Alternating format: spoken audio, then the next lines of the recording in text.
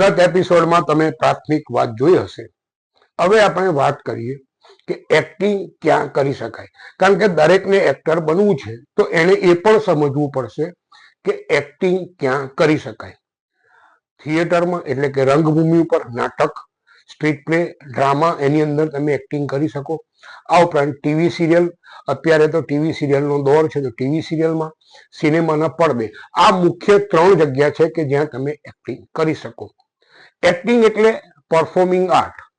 Performing આર્ટમાં આમ જોવા જઈએ તો નૃત્ય, નાટ્ય અને સંગીત, આ 3 વસ્તુ આવે, એટલે કે ગાયન, પછી નૃત્ય અને અભિનય. આમ તો જોવા જઈએ તો અભિનયની અંદર નૃત્ય પણ આવી જાય અને ક્યારેક ગાયન પણ આવી જાય, કારણ કે પહેલાના વખતમાં તો સંગીત નાટકો બનતા જેમાં એક્ટર પોતે ગાતો, અને એક સમય તો એવી સ્થિતિ હતી કે જે સારો ગાયક હોય એને એક્ટિંગ મળતી.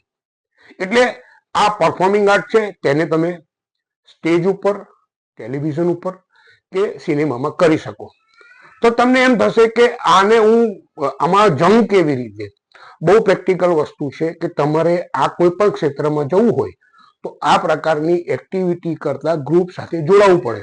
શરૂઆત તમે નાટકથી કરી શકો. ઘણી વાર એવું પણ બને કે સ્કૂલ કે કોલેજમાં તમે વન એક્ટ પ્લે કર્યો હોય કે એકોક્તિ કરી હોય તો એ તમારું ફાઉન્ડેશન બને અને આવી રીતે તમે ક્રમશઃ આગળ વધી શકો.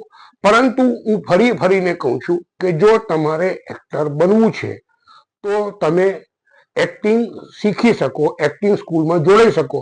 પણ હું અંગતપણે એવું માનું છું કે એક્ટિંગ એ શીખવવાનો સબ્જેક્ટ નથી.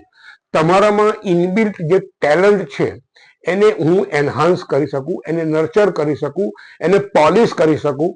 તમને એક્ટિંગની સ્કિલ શીખવી શકાય, એક્ટિંગ નહીં. તમે જોઈ રહ્યા છો અપ્પુન કા અડ્ડા. Subscribe channel, like and share video.